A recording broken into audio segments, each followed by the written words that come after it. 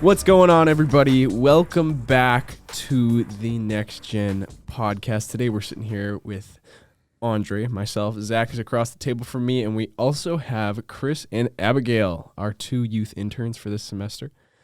Today, I actually wanted to start off this podcast with a bit of a challenge. Over the weekend, I did like a hot ones, spicy hot sauce challenge. It was actually really fun.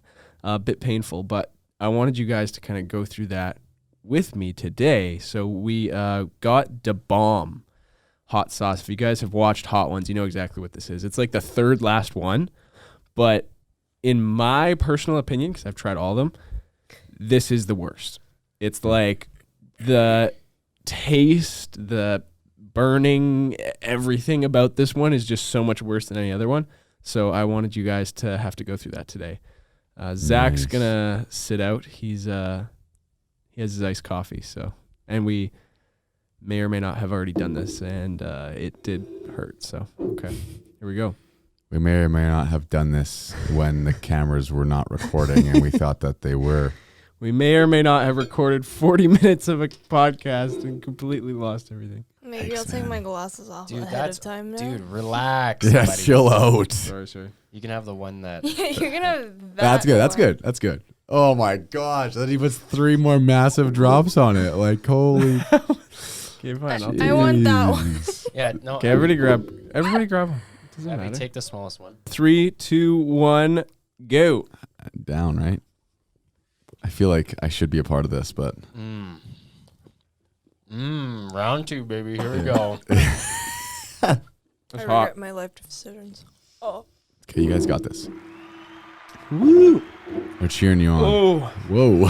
Where that was went? weird. It was like a chill. So Sitting. today, Sitting. we threw a question up on our Instagram. You follow us at Springs Youth WPG. We threw questions up all the time. All the questions were about relationships. Today we're going to be talking about friendships. It's February. It's Love Month. We wanted to get into that whole idea. So friendships, we actually got a list of questions. I'm done. Oh, my mouth is... Dude, I got it all on the tip of my tongue, so it's like... That was worse than the first time. Yep. It went under my tongue. Anyways, we have a list of questions We do. that we got from our Instagram, Springs Youth WPG. Chris, you baby, why are you crying? Oh, yeah. So we're going to go straight What's to the first question? questions.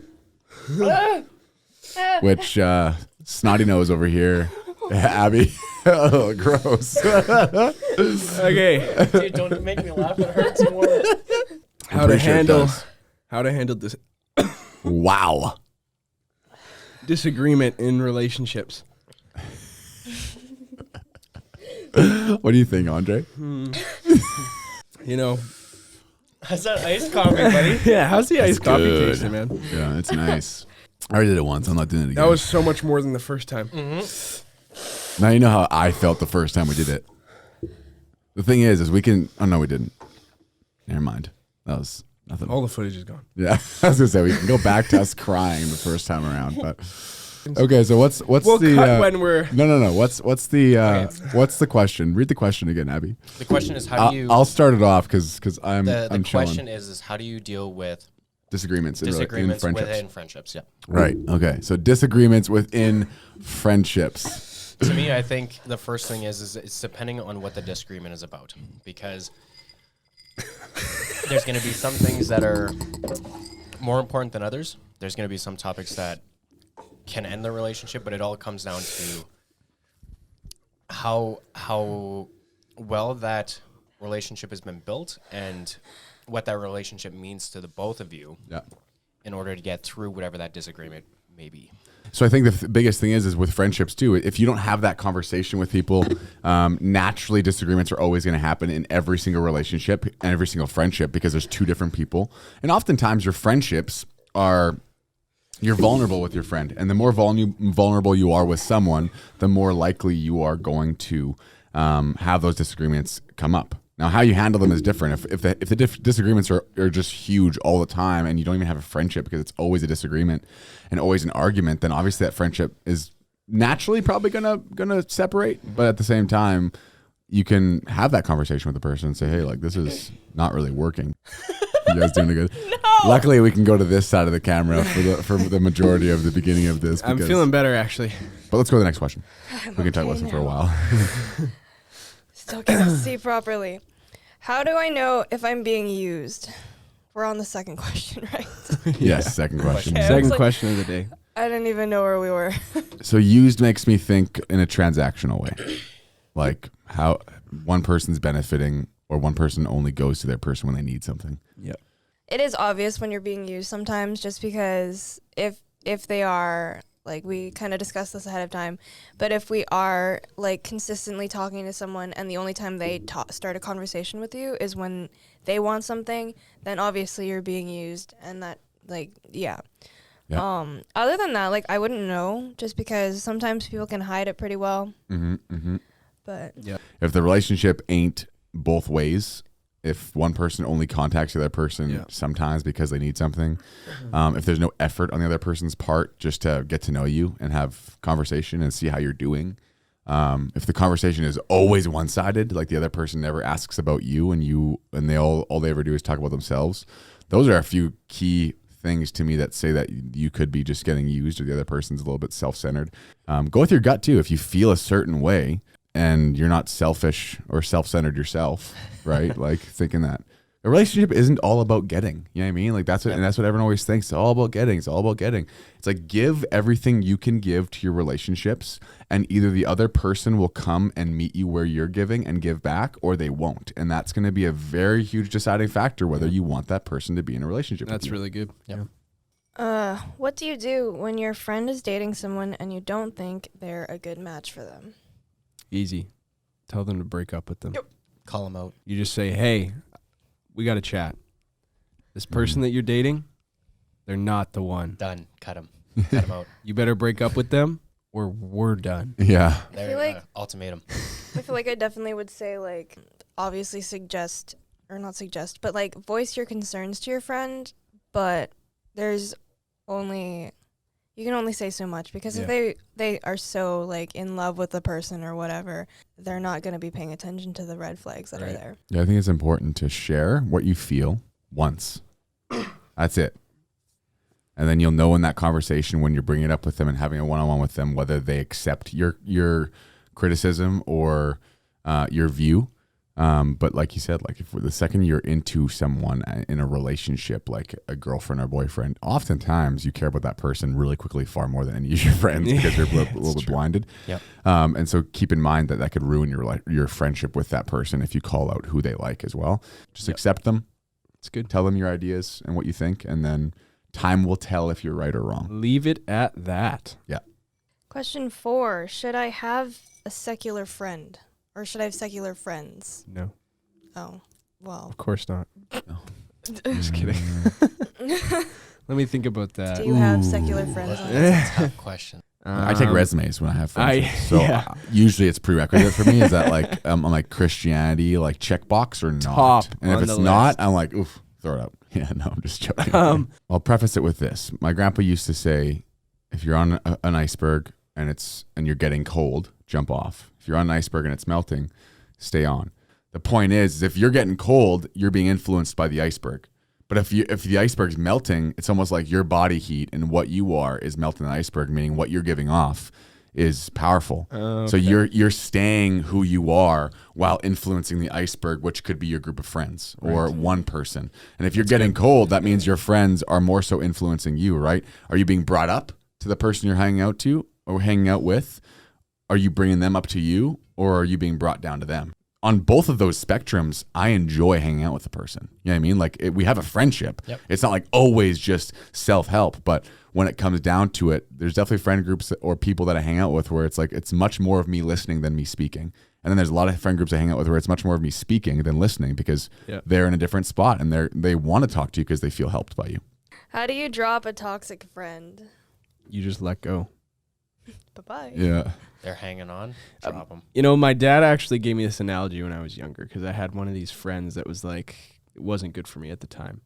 And he kind of explained it as like tug of war. You're both holding on to that rope, and you're both pulling each other one way. And if this toxic friend is just pulling you one way and they're bringing you over and you don't like where they're going, just let go of the rope. Just let them go that way. Try and bring them your way, but if they're not willing to go that way, just let go of the rope, because at the end of the day, they're going to end up bringing you where you don't want to go if you stay with them in that relationship. When I say that, I'm not saying you need to completely stop talking to them and all that different stuff. Maybe that's the case. Maybe they're such a toxic friend that you shouldn't talk to them and you shouldn't be around them whatsoever. But a lot of the time I find it's like the life that they're living doesn't match up to what you want for your life. So whenever you're with them, you feel influenced by that. So in all, you kind of just want to drop that.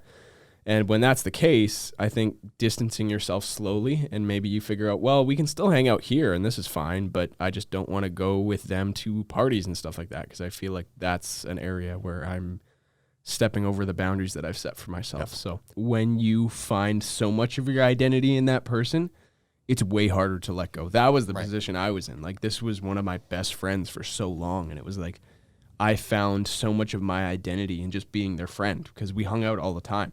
And the fact that I had to even think about, well, now I actually have to let go of this relationship, and I don't want to do that, but it's what's best for me. It was like I didn't want to do that, but I had to make that hard decision. So you don't want to put so much of your identity in those relationships that when it comes down to it, you have a hard time letting go in the bad times when you actually need to. That's a big thing too, is having the integrity to keep it to yourself. So if a relationship does end, because a lot of us have like a friend group where you'll have this disagreement with that one person, but then there's 3 others that are also affected by it, right? Because now the 2 people are getting separated. And it goes, well, now where's our friendship go? Like, where does this group go?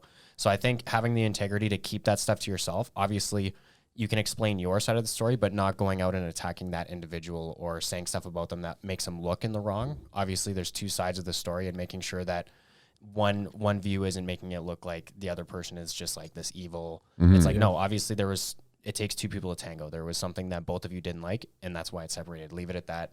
Don't overemphasize the negative. Just keep it at what it was. So what are you guys nowadays with what's all going on with your friends? What do you guys do what do you guys do to socialize with your friends? Skating. Skating's good, especially here, right? Like ODR, on our property here, like at Springs Church, Winnipeg, where we're out of Springs Youth. We got a rink. 725 Lajimodier Boulevard, R2J0T8.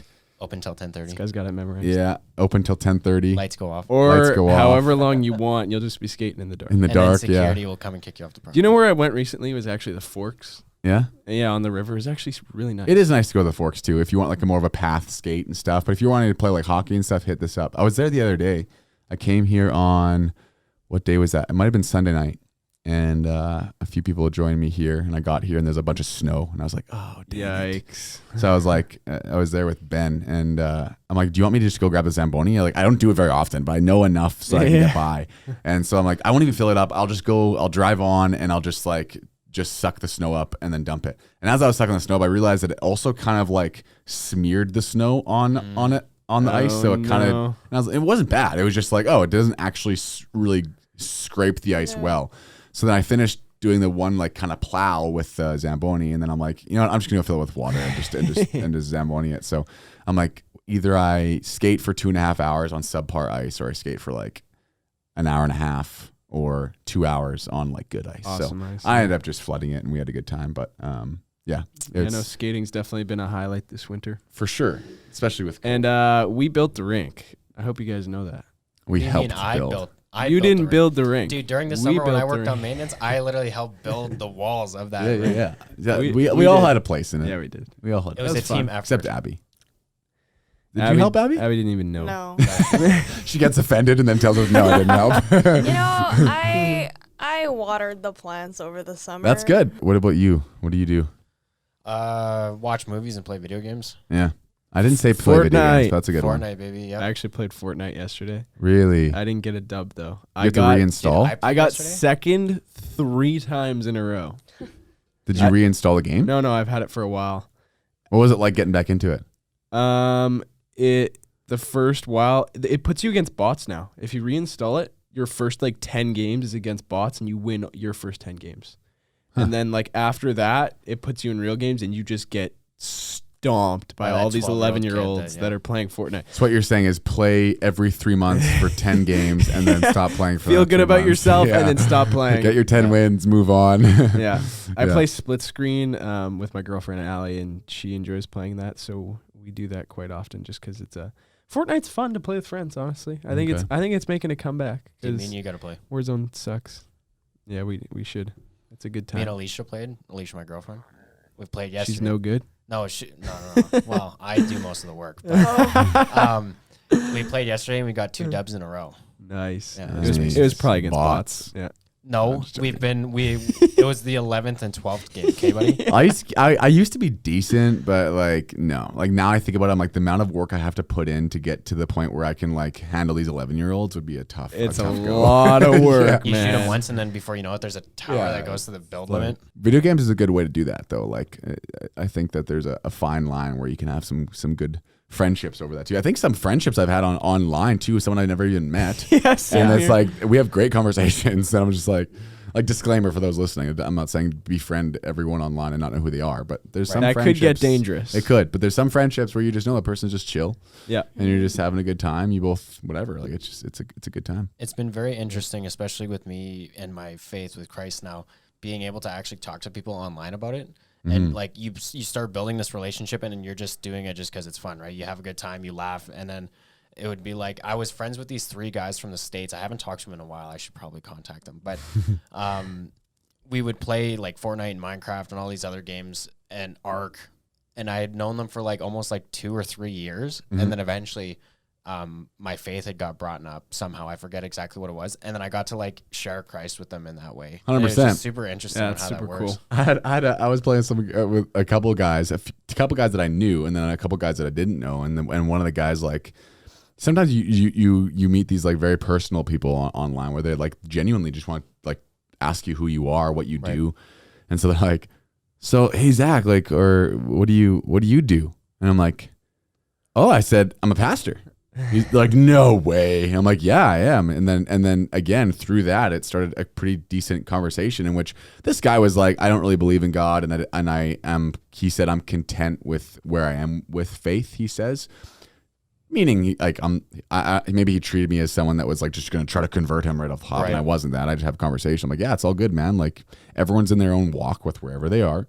And I'm a firm believer too. Like God's got a plan for each and every person on this earth, and you'll know whether you're a part of that plan to help that person get closer to Him or not, or whether you're just someone that is a vocalized Christian. They know you're a Christian, and you just accept them for who they are. Even just accepting them for who they are, not even trying to say God is what you should believe in because this and this, but just leaving it at that. I think a lot of people are like, it helps them just take a few steps closer to God by someone accepting who they are. Me and my friends used to do Fortnite evangelism in like grade 11. When it was like first came out, we'd go on there and we would just like do squads, and there'd be 3 of us, and we'd always get some random guy. And there were so many times where guys would actually like open up and like talk about their problems, and we could actually like give them some good content to watch and stuff like that to like grow their faith with God, or even give them an idea who God was. 100%. So that was actually kind of That is kind of fun. So pretty much what we're trying to tell you is God can use you in any situation. So even when you're playing Fortnite, Be seeker sensitive. God Spirit can use contemporary. you. Be spirit contemporary. Yeah. Well, with that, I think we're getting close to our hour mark, so we're going to end off this podcast. Follow us on Instagram at SpringsYouthWPG. We post a ton of stuff there, a ton of content. We also give you the opportunity to ask us questions, and we answer a lot of questions on this podcast. Can you tell them where to put in their questions? Well, it's just on our stories, so. Well, because it's DM, YouTube. Yeah, you can DM us. Yeah, you can comment on our YouTubes. For Yeah. Also, that if you kinda see stuff. this on YouTube, drop a comment of what you Yeah. want to see. Drop a comment of what you're interested in. That's cool too. Besides that, you can find our podcast on Spotify, Apple Music, and that's it. So, Spotify, Apple Music, and YouTube. well, YouTube, but it's a video. It's a little video. short. It's, That's on okay. it's a little bit not on different. here, but Yeah.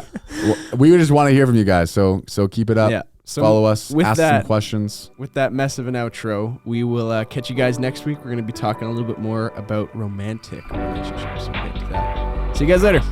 Peace.